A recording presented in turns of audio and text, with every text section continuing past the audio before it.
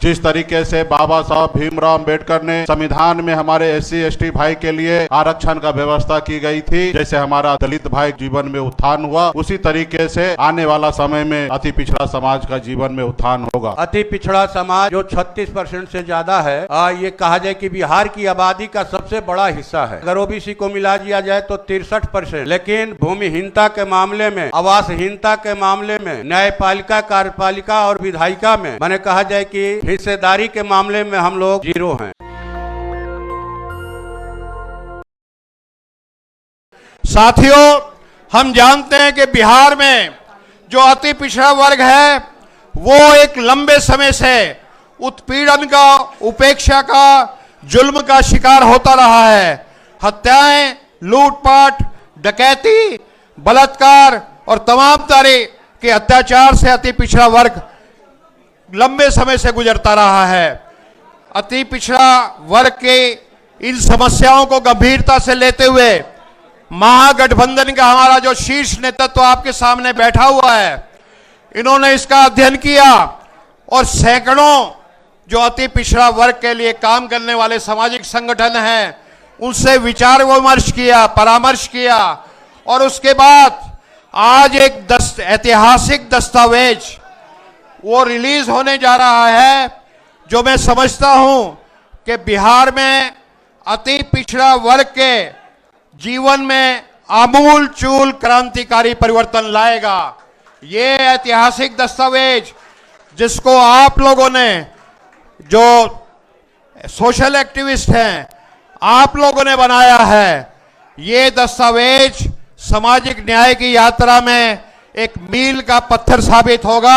के साथी सभी को बहुत बहुत धन्यवाद देता हूं। साथियों, आज मैं विशेष तौर पे राहुल गांधी जी, खड़गे जी और तेजस्वी जी को मैं धन्यवाद देना चाह रहा हूं कि आज आपने 10 काम अति पिछड़ा के नाम पे आज आपने जो घोषणा किया है, निश्चित तौर पे इसमें बहुत बड़ा बदलाव होने के लिए जा रहा है। साथियों, जिस तरीके से बाबा साहब भीमराव अम्बेडकर ने संविधान में हमारे SC ST भाई के लिए आरक्षण का व्यवस्था की गई थी, जैसे हमारा अति दलित भाई को जीवन में उत्थान हुआ, उसी तरीके से आने वाला समय में अति पिछड़ा समाज का जीवन में उत्थान होगा।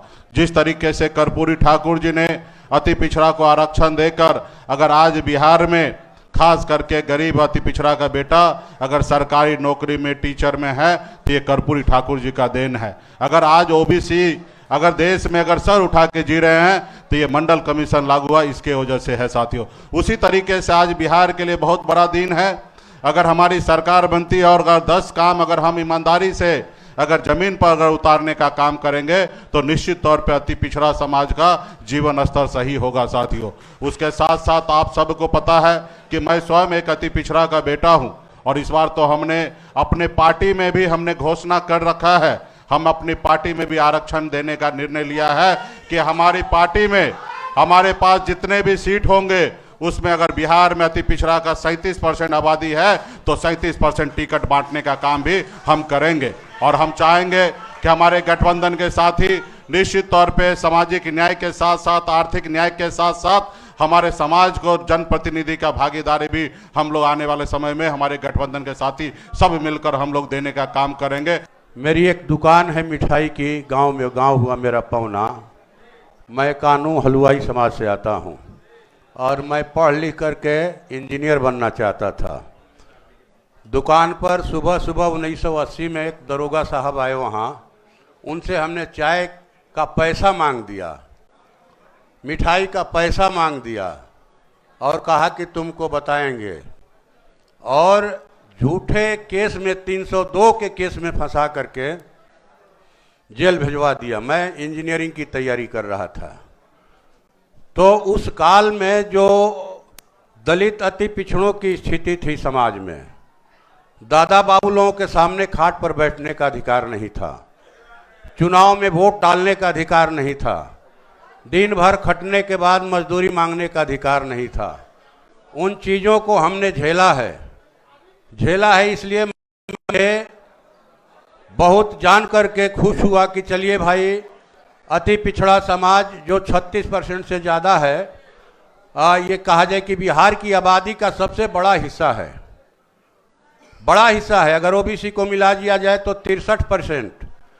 लेकिन भूमिहीनता के मामले में, आवासहीनता के मामले में, न्यायपालिका, कार्यपालिका और विधायिका में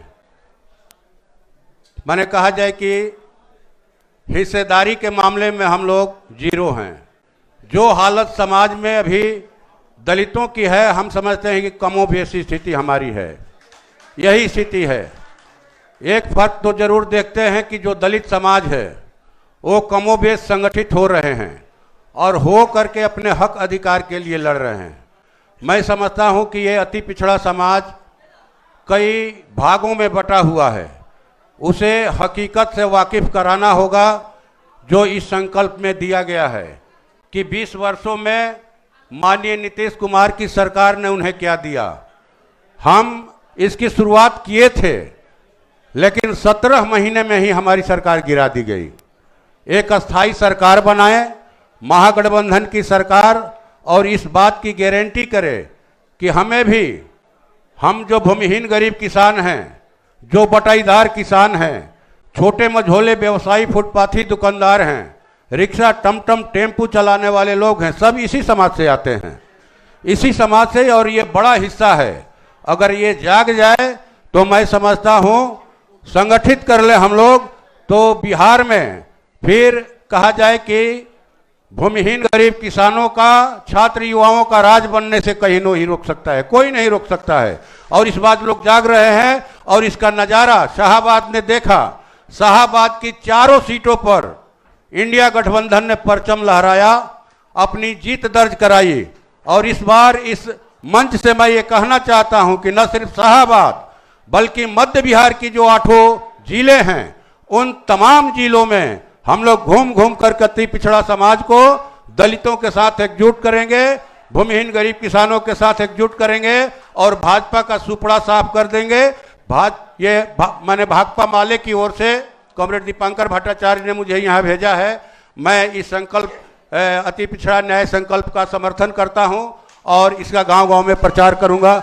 नेशनल दस्तक की आपसे गुजारिश है कि अगर इसको बचाना चाहते हैं तो नेशनल दस्तक को सब्सक्राइब करने के लिए रेड कलर के सब्सक्राइब बटन को दबाएं, फिर बेल आइकन की घंटी दबाएं।